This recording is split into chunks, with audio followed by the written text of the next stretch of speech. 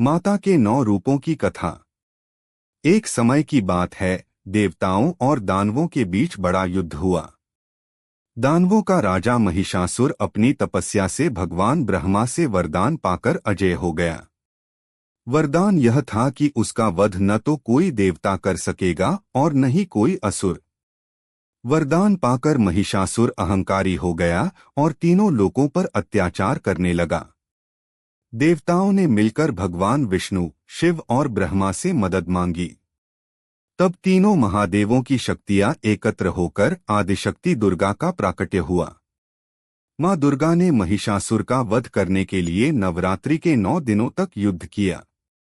इन 9 दिनों में मां ने अपने 9 स्वरूपों का दर्शन दिया। 1. मां शैलपुत्री। पहले दिन मां शैलपुत्री के रूप में प्रकट होती हैं। वे हिमालय के राजा हिमवान की पुत्री थीं।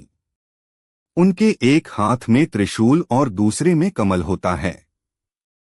यही रूप स्थिरता और भक्ति का प्रतीक है। 2. मां ब्रह्मचारिणी।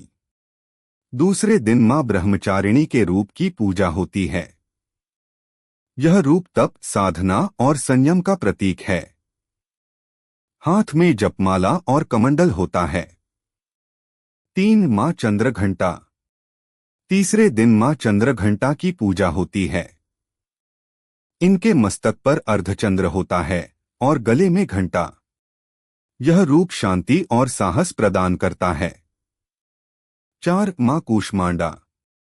चौथे दिन मां कूष्मांडा की पूजा होती है। कहते हैं कि उन्होंने अपने दिव्य तेज से ब्रह्मांड की रचना की थी, इसलिए इन्हें ब्रह्मांड की सृजक कहा जाता है। 5. मां स्कंदमाता। पांचवें दिन मां स्कंदमाता की पूजा होती है।